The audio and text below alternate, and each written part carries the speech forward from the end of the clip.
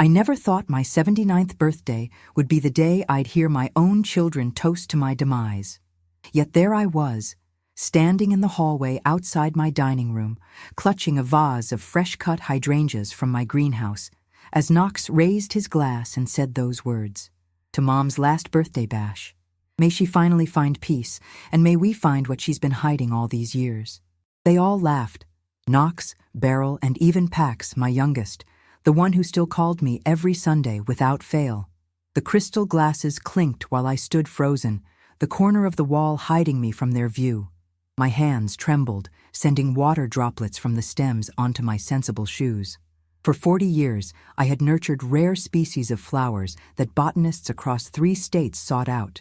My greenhouse on the outskirts of Duluth was once written up in Horticulture magazine as Wilhelmina Kovach's Temple of Botanical Wonders. Now it was mortgaged to the hilt, and my children were toasting to my death as casually as they might discuss the Minnesota weather. I should have known.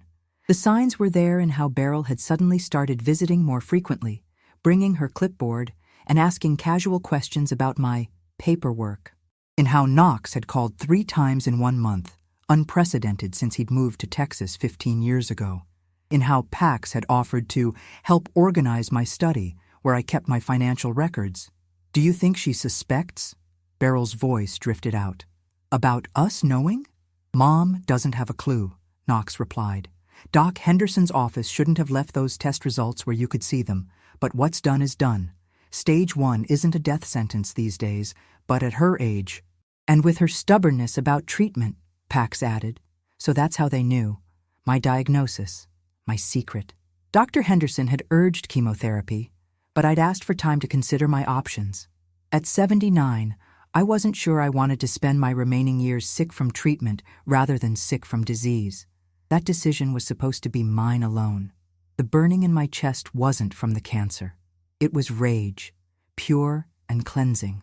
I placed the hydrangeas on the hallway table and straightened my handmade lace collar, a remnant from my mother's trousseau brought over from Prague in 1952.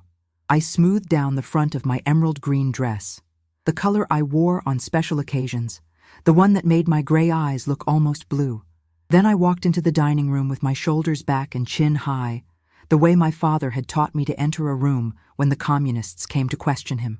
I hope you've left room for cake, I announced, my accent thickening as it always did when emotion got the better of me. Though I must apologize, it may not be my last after all. The silence was immediate.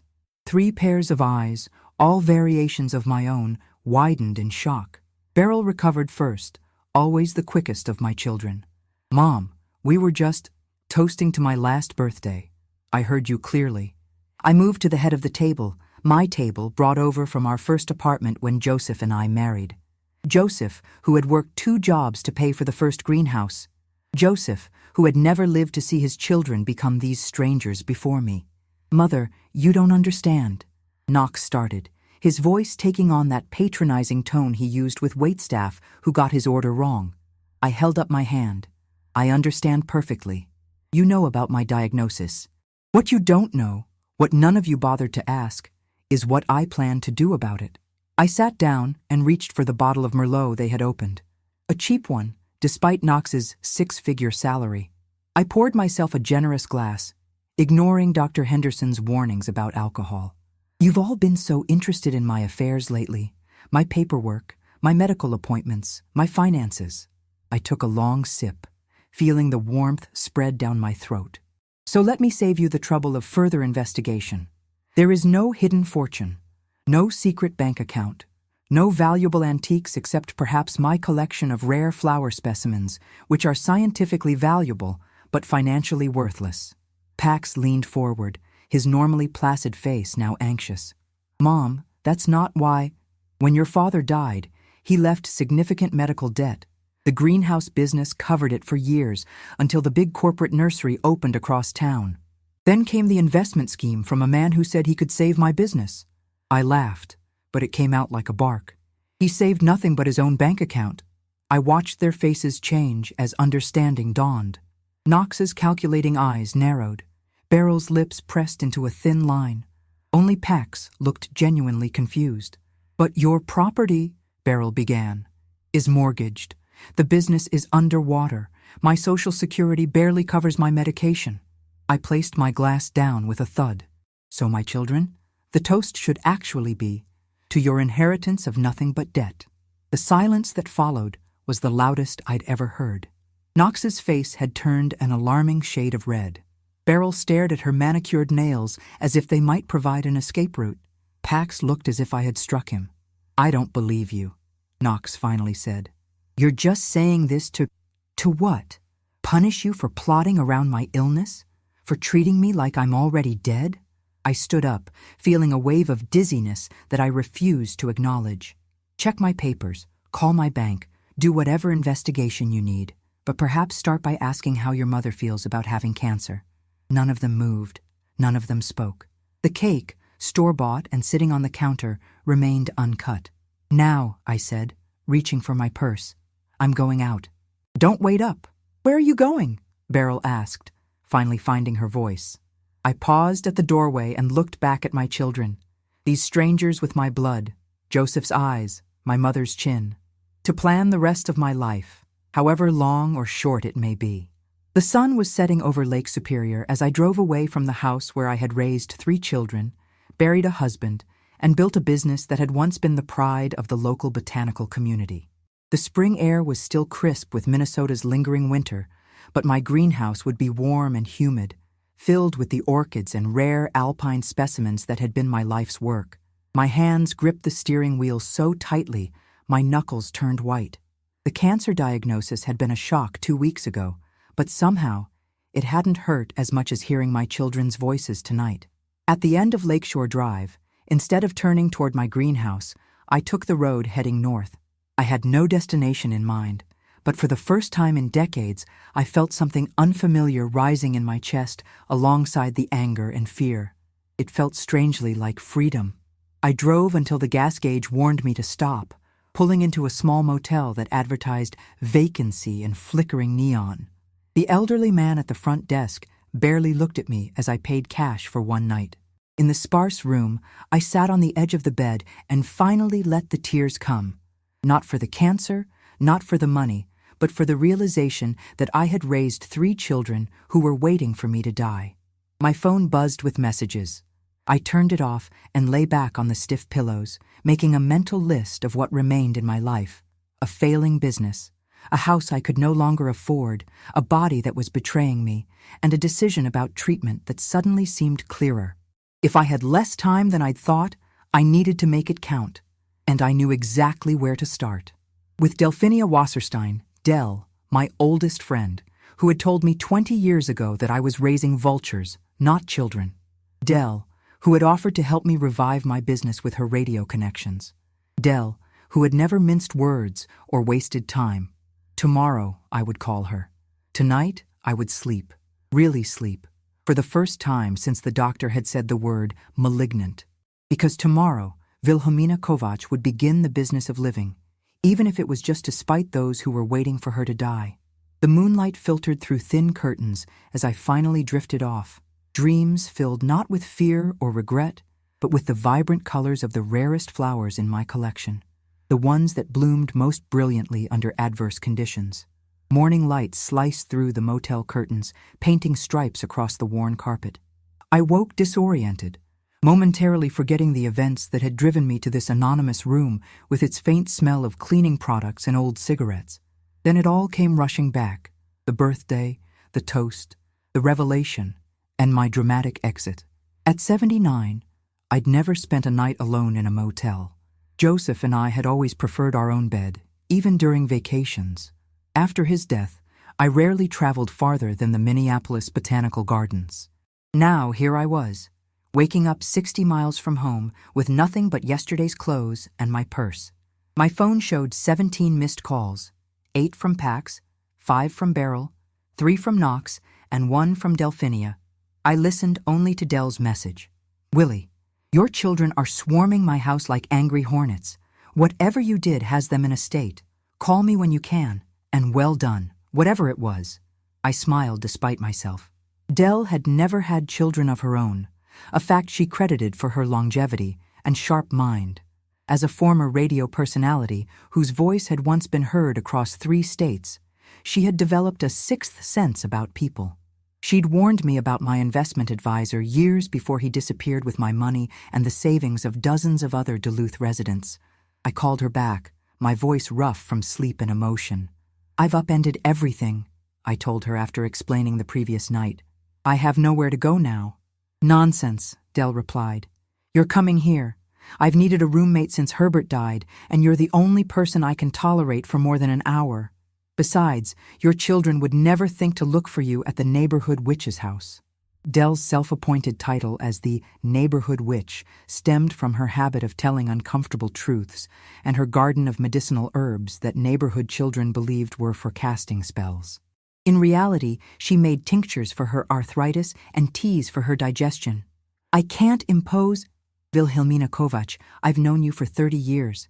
In that time, you've imposed exactly never. Now pack up whatever you have and come over. I've made your children believe you've gone to your cousin in Chicago." "I don't have a cousin in Chicago." "They don't know that. They know remarkably little about you, it seems." That simple observation hit harder than I expected. What did my children actually know about me? Did they know that before coming to America, I had studied at the Prague Botanical Institute? That I had once cultivated a flower believed extinct since the 1940s? That their father had proposed to me in a field of wildflowers, promising I would never have to leave behind my passion? They knew I had money once, before the business declined and the investment fraud. And apparently, that was all that mattered. 2 hours later, I pulled into Dell's driveway. Her home was a Victorian, painted in defiant purples and blues, standing out among the subdued colors of the neighborhood. Like Dell herself, the house refused to fade into the background. "You look terrible," she greeted me at the door, her tall frame still imposing, despite her 81 years. "But righteous anger suits you." Inside, over tea strong enough to dissolve metal, I told her about the cancer. Stage 1, treatable, according to Dr. C. Henderson, with surgery and chemotherapy. Survivable, perhaps, but at what cost to the quality of my remaining years? "And you haven't decided about treatment?" Dell asked, her voice neutral. "How can I decide anything when I can't even afford my mortgage? The greenhouse is failing. The treatment costs are astronomical, even with Medicare." Dell tapped her long fingers against her teacup. In her younger days, those hands had adjusted radio dials and interviewed local celebrities. Now they were mottled with age spots, but still elegant. "The greenhouse," she said thoughtfully.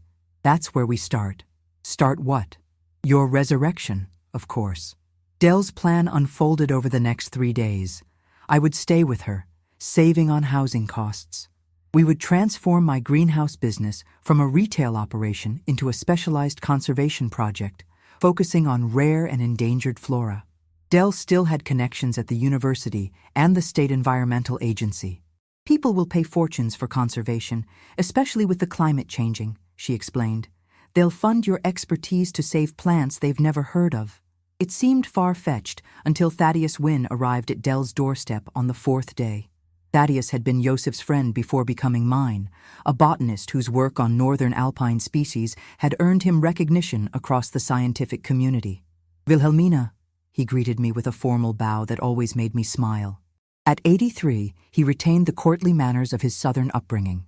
"I hear you're embarking on a new venture." Dell had called him, of course. The 3 of us sat in her garden, surrounded by herbs and the early spring flowers pushing through the soil. "Your hybrid orchid collection alone could secure university backing," Thaddeus said, referring to the crossbreeds I'd developed over decades. "Add your work with endangered Minnesota prairie flowers, and you have the foundation for a serious conservation institute."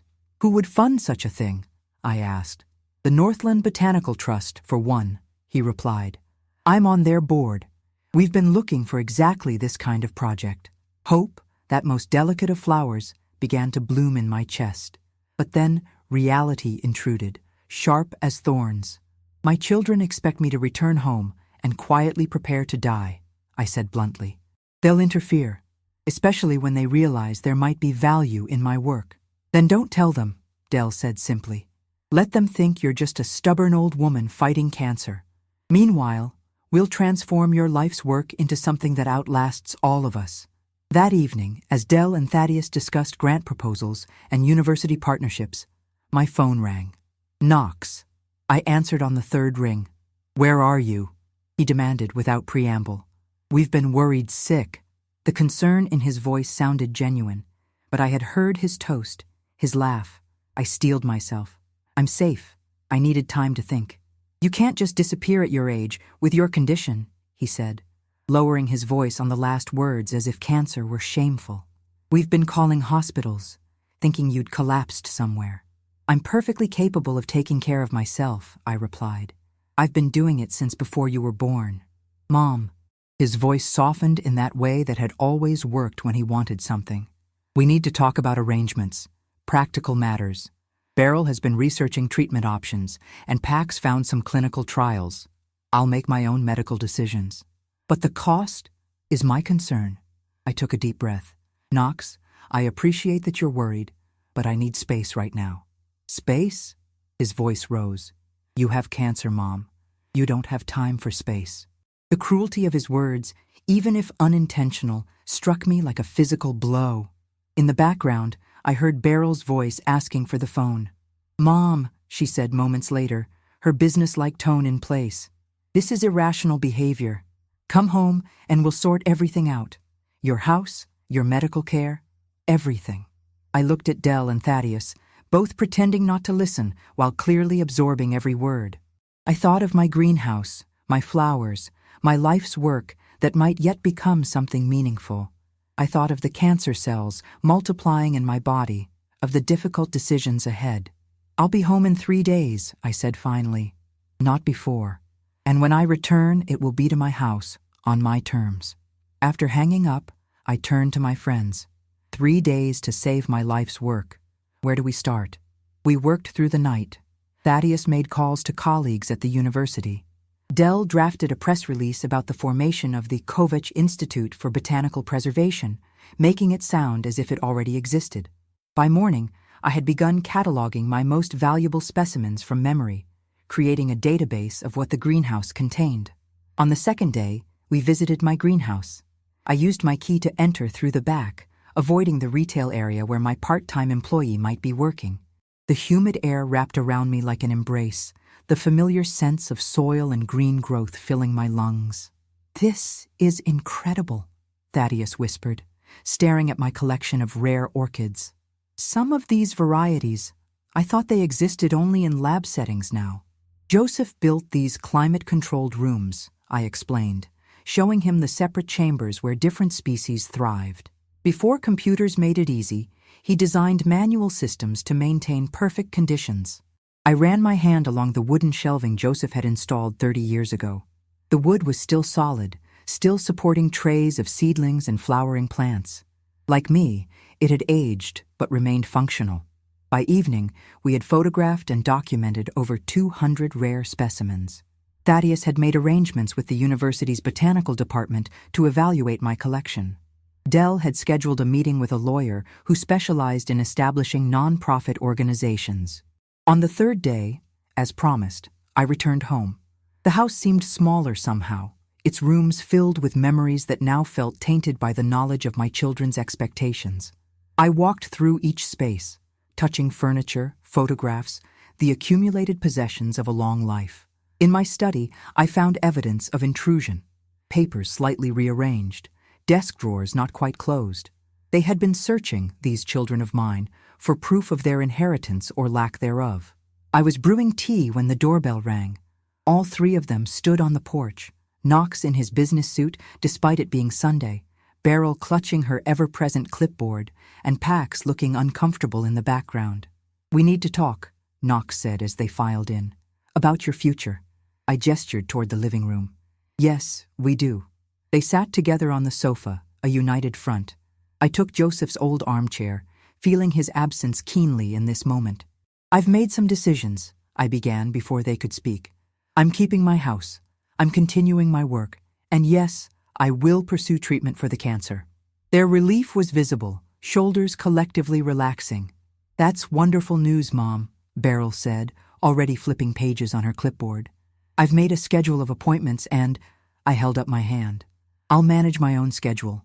What I need from all of you is respect for my decisions and my privacy. Knox frowned. Mom, you're not thinking clearly. The financial situation alone is being addressed, I interrupted. My greenhouse business is undergoing some changes that should secure its future. What changes? Pax asked, speaking for the first time. You've been trying to save that place for years. I smiled, thinking of the plans taking shape, of Dell's press release already sent to local media, of Thaddeus's commitment from the Botanical Trust. Let's just say I found a new purpose for my life's work, I replied, one that might surprise you. As they left, frustrated by my vagueness, but unable to argue with my firm stance, I felt lighter than I had in years. The cancer still lurked in my body, a silent threat. My financial troubles weren't magically solved, but for the first time since Joseph's death, I had direction, purpose, and allies who valued me for more than an expected inheritance. That night, I slept in my own bed, dreaming not of death, but of rare flowers blooming in unlikely places, pushing through concrete and stone to reach the light. The chemotherapy hit me like a northern Minnesota blizzard, sudden, violent, and transforming the landscape of my body into something unrecognizable. My hair, once thick and silver, fell out in clumps that I gathered silently from my pillow each morning. My nails turned brittle. Food tasted like metal. But unlike a blizzard that eventually melts away, the treatment effects intensified with each session. You don't have to do this, Dell told me after driving me home from my third treatment. There are other approaches, less aggressive ones. I sat at my kitchen table, forcing down the anti-nausea medication with lukewarm tea. Dr. Henderson says this gives me the best chance. At what cost? Dell's forthright gaze met mine. You're killing yourself to avoid dying. Perhaps she was right. The aggressive treatment protocol I'd chosen, surgery followed by intense chemotherapy, was designed for patients decades younger. But something in me, some stubborn Czech spirit inherited from my father, refused to take the gentler path. Meanwhile, the Kovich Institute for Botanical Preservation was taking shape with surprising speed. Thaddeus had secured initial funding from the Botanical Trust. The university had evaluated my collection and declared several species scientifically significant. Local media had picked up Dell's press release, running a feature on my decades of work preserving Minnesota's native flora alongside exotic species from around the world. My children had noticed too, though they'd said nothing directly. Pax had left a newspaper clipping on my coffee table during a visit, the article about the institute circled in red pen. Beryl had asked pointed questions about new business arrangements while driving me to a doctor's appointment. Knox had called from Texas, his voice carefully casual as he inquired about changes at the greenhouse. I told them nothing concrete, not yet, not until I was certain the institute would survive without me should the treatments fail. 6 weeks after my birthday revelation, I sat in my greenhouse office reviewing the nonprofit incorporation papers with Octavia Monroe, the lawyer Dell had introduced me to. At 53, Octavia specialized in establishing charitable foundations and had taken on my case with unexpected enthusiasm after seeing my collection. My mother was a gardener, she'd explained during our first meeting. She grew roses that made people stop their cars to look at them. I never inherited her green thumb, but I understand passion when I see it. Now she pointed to the signature line on the final document. Once you sign this, the Kovich Institute officially exists as a legal entity. Your collection and research will belong to the Institute, not to you personally. Meaning, my children can't claim it as an asset? Octavia nodded, her expression serious. Exactly. They could contest your will, but not the Institute's separate legal status, especially with the university partnership and the Botanical Trust's endorsement. I stared at the line where my signature would go. This decision would ensure my life's work continued, but it would also confirm what I'd told my children at that disastrous birthday dinner. There would be no inheritance, no financial windfall upon my death. As if reading my thoughts, Octavia said gently, "This doesn't mean you're disinheriting them. It means you're creating a legacy that benefits everyone, including future generations." I signed my name, my full name, Wilhelmina Kovacs, not the Willie I'd adopted in America to make others comfortable. The formal signature felt right for this moment. What happens next? I asked, flexing my fingers against the growing numbness from chemotherapy. We file these papers, then begin transitioning your business operations. The retail side will be scaled back while we develop the conservation and research programs. Octavia gathered the documents. And we'll need to appoint a board of directors. Thaddeus has agreed to serve, I said. And Dell, of course. You should consider including one of your children, Octavia suggested. It might help them feel connected to your legacy rather than excluded from it. I shook my head. They've shown no interest in my work, only in what it might be worth. People can surprise you when given responsibility instead of expectations. I promised to consider it, though I couldn't imagine which of my children might actually care about preserving rare plant species. Knox was allergic to most flowering plants. Beryl had once suggested I replace my greenhouse with rental properties. Pax at least remembered the Latin names of a few specimens from his childhood, but had shown no interest in botany as an adult. That evening, exhausted from the meeting and another round of treatment side effects, I rested in Joseph's chair by the window. Outside, spring had fully arrived in Minnesota, the late May sunshine coaxing reluctant flowers from the still cool earth. Despite my fatigue, I felt a deep satisfaction. The institute was real. My work would continue. The doorbell interrupted my thoughts. Pax stood on the porch, hands in his pockets, looking more like his father than ever with his furrowed brow and slight stoop. "I brought dinner," he said, holding up a bag from my favorite Polish restaurant. "Pierogi and borscht. I remember you said hospital food was terrible." I hadn't been hospitalized yet, but I didn't correct him. The gesture itself was unexpected enough. As we ate at the kitchen table, or rather, as Pax ate and I pushed food around my plate, unable to tolerate much, he asked about the greenhouse. Not about its value or my plans for it, but about the plants themselves. "The newspaper said, you have species thought to be extinct in the wild," he said between bites. "Is that true?" "Several," I replied cautiously. "Why do you ask?" He shrugged. "I was telling a client about it. He collects unusual specimens for his home. Stuffed birds mostly. But he asked if preserved plants could be mounted and displayed like my taxidermy work." I winced at the thought. Plants aren't meant to be dead decorations. That's what I told him. But it got me thinking about preservation. Pax set down his fork. "Mom, what's really happening with the greenhouse? This institute thing. It's not just a legal maneuver to avoid inheritance tax, is it?" The directness of the question surprised me. Of my 3 children, Pax had always been the most indirect, approaching difficult topics sideways, if at all. "No," I said finally. "It's about ensuring the work continues. These plants, some of them I've nurtured for 40 years, they matter beyond their monetary value." Something flickered in Pax's expression. Understanding, perhaps, or at least curiosity. "Could I see them? Not just the retail area, but the special ones you keep in the back?" The request was so unexpected that I simply nodded. "Tomorrow, if you're free. It's better to see them in morning light." The next day, Pax arrived promptly at 9, dressed not in his usual rumpled clothing, but in clean jeans and a button-down shirt, as if visiting somewhere important. I led him through the retail area, now managed primarily by my part-time employee, and unlocked the door to the research greenhouses. The humid air enveloped us as we entered. Morning light filtered through the glass ceiling, creating a cathedral-like glow among the green leaves and colorful blooms. Pax's eyes widened as he took in the separate chambers, each with its own microclimate. "Dad built all this?" he asked, running his hand along one of the wooden supports. "Designed it himself," I confirmed, before computers made it easy to regulate temperature and humidity. I showed him my prized specimens, the Minnesota ladies' slipper orchids I'd been propagating for decades, the Central European alpine flowers that reminded me of my childhood, the experimental hybrids I'd developed that could withstand increasingly erratic weather patterns. "This one," I said, pointing to a small plant with delicate white flowers, "is believed extinct in Czechoslovakia since the communist regime built factories over its native habitat. These may be the only living specimens outside of a few European botanical gardens." Pax leaned closer, examining the plant with unexpected intensity. "You grew these from seeds. Cuttings, originally. Smuggled out by a colleague when I was still in Prague." I smiled at the memory.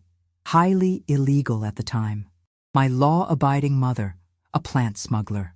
Pax laughed, a genuine sound I hadn't heard from him in years. Conservation requires occasional rule-bending, I replied. Nature doesn't recognize human borders. We spent 3 hours in the greenhouse, far longer than I'd anticipated. My stamina, compromised by treatment, began to flag, but I pushed through the fatigue.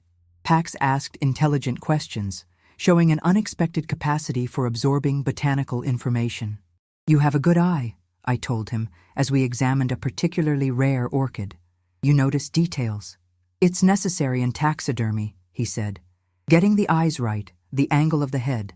The smallest details make the difference between a lifeless mount and one that seems about to move. I'd always found his profession slightly macabre, preserving dead things to mimic life. Now I saw it differently, as a form of conservation, preserving the memory and form of creatures for those who might never see them alive. The Institute will need people who understand preservation, I said carefully. Different perspectives. Pax straightened up, meeting my eyes directly. Are you offering me a job, Mom? A board position, possibly, if you're interested. He was quiet for a long moment, looking around at the greenhouse my husband had built, at the plants I had nurtured, at this world he had grown up adjacent to, but never fully entered. I'd need to learn a lot more, he said finally. Everyone starts somewhere, I replied, quoting what Joseph used to tell our children when they tried something new. Later, after Pax had gone and I rested on the small daybed I kept in my office, I considered Octavia's words about giving responsibility instead of expectations. Perhaps one of my children could surprise me after all. The following week brought new challenges. My 4th chemotherapy session left me weaker than before, necessitating a brief hospital stay for dehydration. Knox flew in from Texas, ostensibly to help but spending most of his time in hushed phone conversations about work. Beryl efficiently organized my medications and appointment calendar, but treated me like a project rather than a person. Only Pax sat quietly with me, occasionally asking about the greenhouse or telling me stories about his taxidermy clients to distract me from the discomfort. During one of these visits, while Knox and Beryl were meeting with Dr. Henderson about my care plan, Pax brought up the Institute again. Knox found the incorporation papers in your study, he said without preamble. He's talking about challenging them. A cold wave of anger washed through me, despite the warming blankets the nurses had provided. On what grounds? Diminished capacity due to illness. Undue influence from your friends. Pax shrugged. He's grasping at straws, but he's serious. Beryl is considering supporting him. And you? I asked, studying my youngest child's face. Pax met my gaze steadily. I told them they were being vultures. Dad would be ashamed. For a moment, I saw Joseph in him so clearly, the moral certainty, the quiet strength beneath the unassuming exterior. Thank you, I said simply. Don't thank me yet. They're coming here after meeting with the doctor, and they're planning to confront you about the Institute. He hesitated. Mom, how much does this really matter to you? Is it worth the fight in your condition? I pushed myself upright in the hospital bed, ignoring the pull of the IV in my arm. This isn't about money, Pax. It's about meaning. Everything I've done for 40 years, it can't just disappear when I do. He nodded slowly. Then I'll help you fight, but you should know what you're up against. When Knox and Beryl arrived, their expressions told me everything. Knox's jaw was set in the same way it had been when, at age 12, he'd decided to sell his baseball card collection, despite my objections. Beryl's eyes had the focused intensity she'd displayed when arguing for a later curfew as a teenager. We need to discuss the Institute, Mother, Knox began, closing the hospital room door firmly. Yes, we do, I agreed, surprising him. I was thinking Pax might take a board position. Perhaps you both would consider joining as well. The offer, which I hadn't planned to make, silenced them momentarily. This isn't about board positions. Beryl recovered first. It's about you making major financial decisions while undergoing intensive treatment. Decisions that affect all of us. My greenhouse hasn't belonged to all of us for quite some time, I replied. None of you has shown interest in it, except as a potential asset. That's not fair, Knox interjected. We have our own careers, our own lives. Exactly my point. Mom. Beryl's voice softened to the tone she used when persuading difficult clients. We're worried about you. These people, Dell, this Thaddeus person, the lawyer, they've appeared suddenly during a vulnerable time. Dell has been my friend for 30 years, I reminded her. Thaddeus was your father's colleague before becoming mine. And they're encouraging you to sign away assets while you're undergoing chemotherapy, Knox said. That's textbook exploitation. I looked at my oldest son, Joseph's firstborn, the child who had once followed me through the greenhouse, asking endless questions about each plant. When had money become more important to him than knowledge? The Institute ensures my life's work continues, I said quietly, that these plants, many of which exist nowhere else, survive beyond me. If that's not important to you, then perhaps you've forgotten what truly matters. The room fell silent. Outside in the hospital corridor, I could hear the rhythmic sounds of medical equipment, the squeaking of rubber-soled shoes on linoleum, the distant chime of an elevator. We just want what's best for you, Beryl said finally. No, I replied, the clarity of truth giving strength to my voice despite my weakened state. You want what's best for yourselves. There's a difference. I watched the words land, saw the flicker of recognition and shame cross their faces. Even Knox, ever the pragmatist, looked away momentarily. The Institute moves forward, I continued. You're welcome to be part of it, to help shape this legacy. Or you can fight me and discover just how much Czech stubbornness remains in this old body, cancer or no cancer. Before they could respond, a nurse entered to check my vital signs, effectively ending the conversation. But as my children filed out, Pax lingered behind, a small smile playing at the corners of his mouth. You know, he said, you just might outlive us all, out of sheer spite. For the first time in weeks, I laughed. A real laugh that hurt my chest, but lightened my heart. That, my son, is the plan.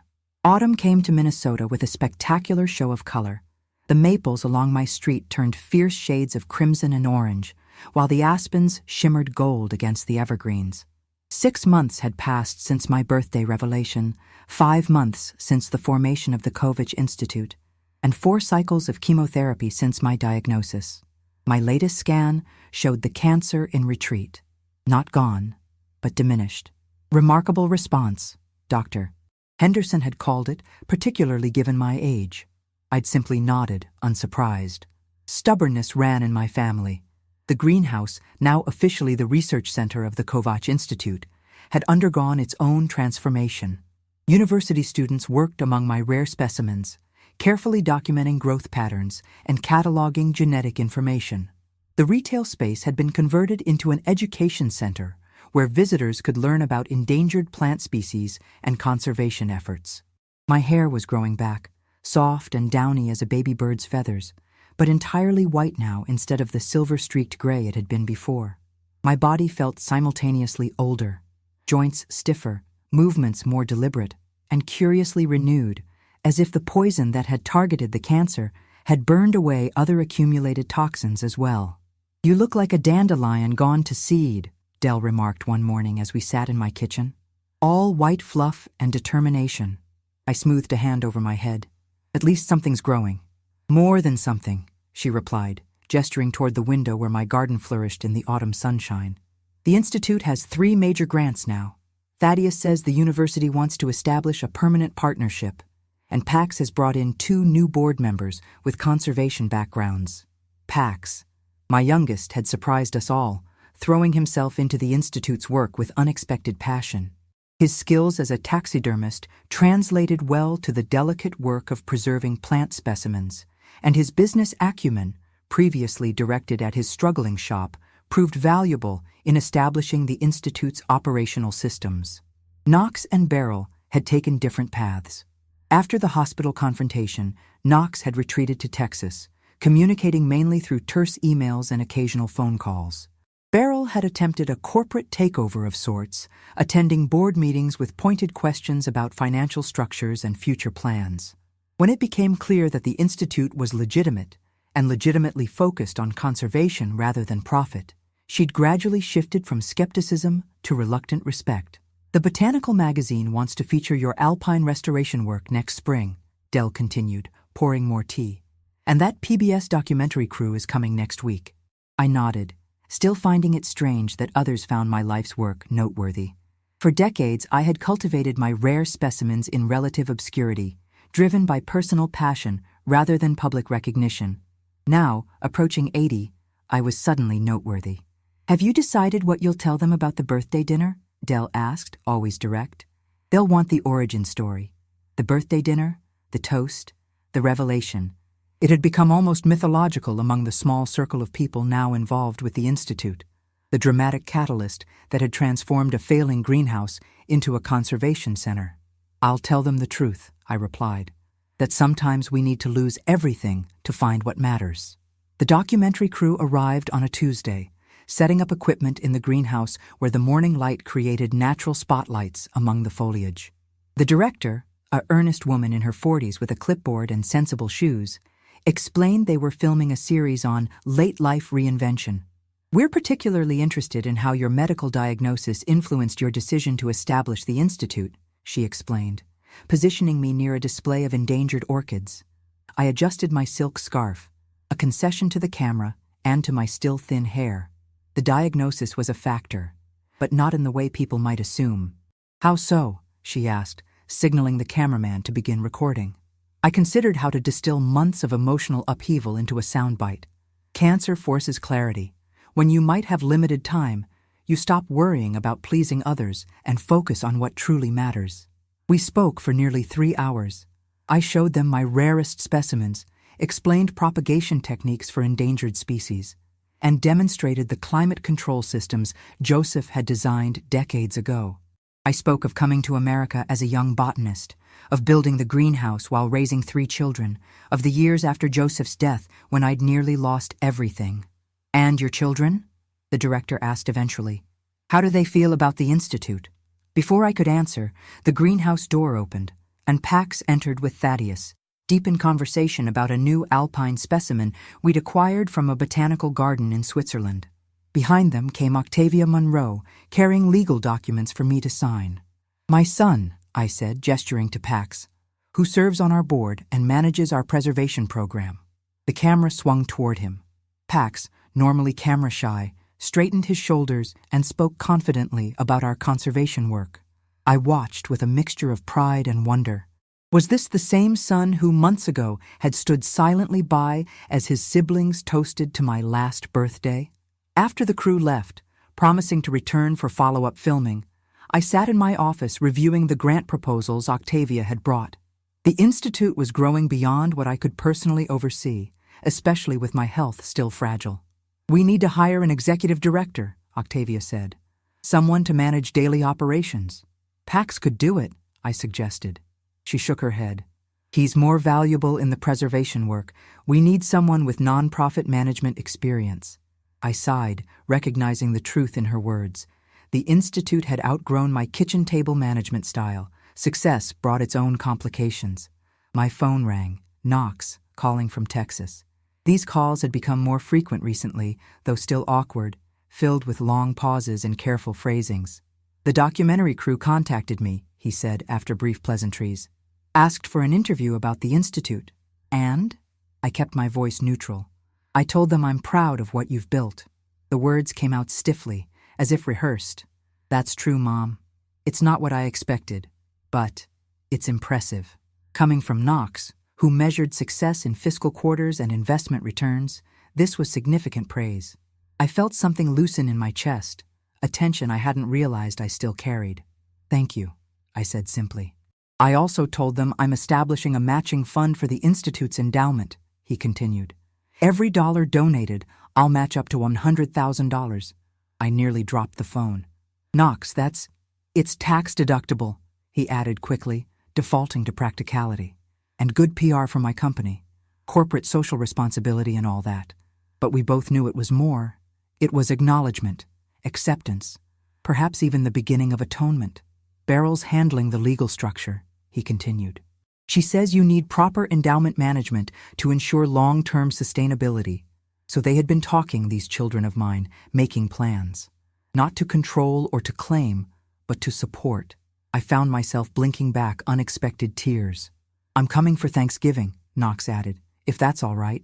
Of course, I replied, thinking of the family gatherings that had become increasingly perfunctory over the years. I'd like that. After the call ended, I walked slowly through the greenhouse, touching leaves and petals as I went, greeting each plant like an old friend.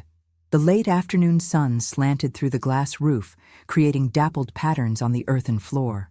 In the education center, a university student was explaining pollination to a group of school children whose faces showed varying degrees of interest and boredom. Life continuing, knowledge being shared. Precisely what I had hoped for when we established the institute. That evening, Pax stopped by the house with Chinese takeout, now a weekly tradition as my appetite had improved post-treatment. As we ate, he updated me on the Alpine Specimen Project and a new partnership with a seed bank in Norway. Beryl called me about the endowment fund, he said, reaching for another egg roll. Knox's matching grant. She wants to announce it at the holiday fundraiser. I nodded, still processing this unexpected development. It's generous of him. It's the least he could do, Pax replied, then caught himself. Sorry, I'm trying to be less judgmental. Progress, not perfection. I quoted one of Joseph's favorite sayings. Pax smiled. Speaking of progress, I've been meaning to ask you something. About the toast. My chopsticks paused halfway to my mouth. The toast? At your birthday. When Knox said, he trailed off, then continued more carefully. When we thought you overheard us talking about your diagnosis and inheritance, I set down my chopsticks. I did overhear you. All of you. Pax shifted uncomfortably. That's the thing, Mom. Knox was talking about a surprise party for next year. Your 70th. He called it your last big birthday bash, before you'd probably want quieter celebrations. Beryl was worried you'd suspect we were planning something. The food turned tasteless in my mouth as I processed his words. But you mentioned my diagnosis, the doctor's office. Beryl saw your medical file when she drove you to an appointment. She was worried, telling us we needed to be prepared to help you through treatment. He met my eyes directly. We weren't toasting to your death, Mom. We were planning for your life. The room seemed to tilt slightly. All these months, the righteous anger that had fueled my transformation, my determination, my reinvention, had it been based on a misunderstanding? A misheard conversation? But when I told you about the debts, about there being no inheritance, you all looked so shocked, so disappointed, I insisted. Pax nodded. We were shocked. Not about money, but about you keeping the diagnosis secret, trying to handle everything alone. Knox was angry that you didn't trust us enough to tell us yourself. I thought back to that evening, to the expressions on my children's faces. Had I seen disappointment over money, or hurt over my silence? Had I projected my own fears onto their reactions? Why didn't you say something? These past months, while I've been building the institute, pulling away. At first, we didn't realize what you thought you'd heard, Pax explained. Then, when it became clear, Knox thought it was better to let you be angry. He said the anger was helping you fight the cancer. Pax smiled wryly. Besides, he pointed out that the institute is doing important work, whether it started from a misunderstanding or not. I sat back in my chair, feeling suddenly very old and very foolish. I've misjudged you all. Not entirely, Pax replied. We should have been more involved in your life before the diagnosis, more interested in your work. That part is on us. We finished our meal in thoughtful silence. As Pax was leaving, he turned back at the door. Mom, regardless of how it started, what you've built matters. And how you fought the cancer, that was all you. Stubborn, determined you. After he left, I sat in Joseph's chair watching nightfall over the garden. The misunderstanding changed nothing, really. The institute existed. The conservation work continued. My cancer was in retreat. My relationship with my children was healing in ways I couldn't have imagined 6 months ago. Sometimes we find the right path for the wrong reasons. The destination remains valuable, even if the journey began with a misstep. The next morning, I woke early and drove to the greenhouse before the staff arrived.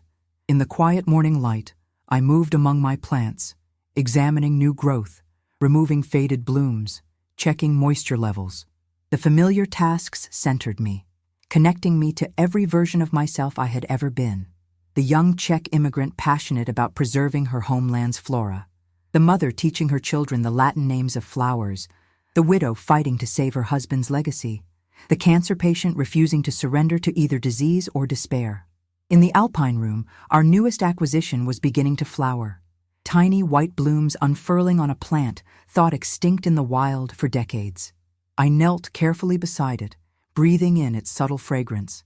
This species might outlast me by centuries now, its genetic material preserved, its beauty documented, its importance recognized. Dell found me there an hour later, still kneeling despite my protesting knees. "Board meeting in 30 minutes, she reminded me. Beryl's bringing preliminary designs for the new research wing. I nodded, accepting her hand to help me stand. "Did you know?" I asked. "About the misunderstanding? The birthday toast?" Dell's expression confirmed she had. "Would you have built all this if you'd known the truth?" she countered, gesturing around at the greenhouse, now a renowned research center. "Perhaps not," I admitted. "Then sometimes misunderstandings serve a purpose," she said pragmatically. "Besides, your children needed the wake-up call, and you needed to remember your own strength." I smiled, thinking of Joseph and what he might say about all this. Probably one of his proverbs about mistaking the path but finding the right destination anyway. Outside, frost sparkled on the grass, Minnesota's warning of the winter to come. But inside the greenhouse, protected and nurtured, plants from around the world thrived in their carefully controlled environments. Life continuing against the odds, beauty persisting, knowledge preserved and shared. As I prepared for the board meeting, my children now among my closest allies in conservation, I thought about how growth often requires disruption. Seeds need to break open before they can sprout. Forests regenerate after fire. And sometimes, an elderly botanist needs to misinterpret a birthday toast to remember that her life's work matters, not just to her, but to the world. The Institute's boardroom, once my greenhouse office, was now furnished with a long table and comfortable chairs. Professionally framed photographs of rare specimens lined the walls, alongside conservation awards and press clippings. As board members filed in, I observed how different this room felt from the solitary space where I had once worked alone, fighting to keep my business afloat. Beryl arrived first, precisely on time as always, carrying architectural renderings for the proposed research wing. She wore her trademark tailored suit, but something was different. A small enamel pin of a lady's slipper orchid on her lapel, one of the endangered species we were working to preserve. "The architects included the sustainable features we discussed," she said, laying out the designs. "Rainwater collection, solar panels, geothermal heating for the winter. It'll increase the initial cost, but save money long-term." Her language, once focused exclusively on quarterly profits, now included terms like sustainable and long-term. Small shifts perhaps, but meaningful ones. Knox arrived next, his Texas tan contrasting with Minnesota's November pallor. He'd brought his teenage daughter Eliza with him, a quiet girl I rarely saw due to distance and family dynamics. "Eliza's doing a school project on conservation," Knox explained. "Thought she could interview you about the Institute." Grandma," Eliza said, her voice carrying that adolescent mixture of confidence and uncertainty. "Dad says your greenhouse has flowers that don't exist anywhere else. Is that true?" I glanced at Knox, surprised by both his knowledge and his apparent interest in explaining my work to his daughter. "Some species are extremely rare," I replied, warming to my favorite subject. "After the meeting, I'll show you our propagation lab where we're growing seedlings from nearly extinct varieties." Eliza's face lit up. "That would be amazing. My science teacher says biodiversity loss is one of the biggest environmental crises we face." Her enthusiasm, the passion of youth not yet tempered by practicality or compromise, reminded me of myself at her age, discovering the wonders of plant diversity in the forests outside Prague. How had I never realized I had a granddaughter who shared my interests? Pax arrived last, accompanied by Thaddeus and 2 university researchers. He'd grown a beard in recent months, making him look older, more established. The nervous energy that had always characterized him had settled into purposeful confidence. The meeting progressed with updates on ongoing projects, the Alpine Conservation Initiative, the Seed Bank Partnership, the educational programs that now brought school groups through the greenhouse weekly. Beryl presented the expansion plans, Knox discussed the matching fund, and Pax reported on new preservation techniques being developed for especially fragile species. I spoke little, content to observe this transformation, not just of my greenhouse into an institute, but of my children into partners in a shared mission. The bitter seeds planted at that birthday dinner had somehow, against all odds, blossomed into something beautiful. After the formal meeting concluded, I took Eliza on the promised tour. Her questions were insightful, her interest genuine. In the propagation lab, she bent over a tray of seedlings, examining their minute details with a magnifying glass. "These are so tiny," she marveled. "And each one could grow into a full plant?" "Each one carries the complete genetic code of its species," I explained. "In the right conditions, with proper care, even the smallest seed can flourish. Kind of like the Institute," she said thoughtfully. "It started small, but grew into something important. Out of the mouths of teenagers, wisdom that stopped me short." Yes, the Institute had grown from a desperate attempt to preserve my work into something that might actually help save endangered species for generations to come. That evening, my house filled with family in a way it hadn't for years. Knox, staying in town for Thanksgiving, had ordered takeout for everyone. Beryl had brought her husband, a quiet accountant I'd always liked but rarely saw. Pax arrived with dessert from my favorite bakery. Eliza showed her father the photos she'd taken in the greenhouse for her project. The conversation flowed easily, touching on Institute business, but also branching into personal territories. Beryl's recent interest in gardening, Knox's consideration of moving back to Minnesota part-time, Pax's ideas for community involvement programs. As I observed them from Joseph's chair, now my permanent perch during family gatherings, I felt an unfamiliar emotion, contentment. Not the fiery determination that had fueled my recent months, nor the bitter anger of that birthday night, but something quieter and more sustaining. My cancer wasn't gone. My age wasn't reversible. The mistakes and misunderstandings of the past couldn't be undone. But here, in this room, something had healed that went beyond physical illness or family disagreements. Some essential connection had been restored. After everyone left, promising to return for a proper Thanksgiving dinner, I went to my bedroom and opened the drawer where I kept Joseph's letters. We had written to each other during our courtship when I was still in Prague, and he already in America. His English had been imperfect then, his Czech better, but still accented with Slovak influences from his mother. "My Wilhelmina," one letter began, "I dream of the greenhouse we will build together. A place where rare things are protected, where beauty that might be lost finds sanctuary. Like you, coming from your troubled country to this new place. Like me, finding in you the rarest flower of all." Joseph had understood from the beginning what had taken me nearly 80 years to learn, that preservation wasn't just about plants or species or biodiversity. It was about protecting what matters: beauty, knowledge, connections, legacy.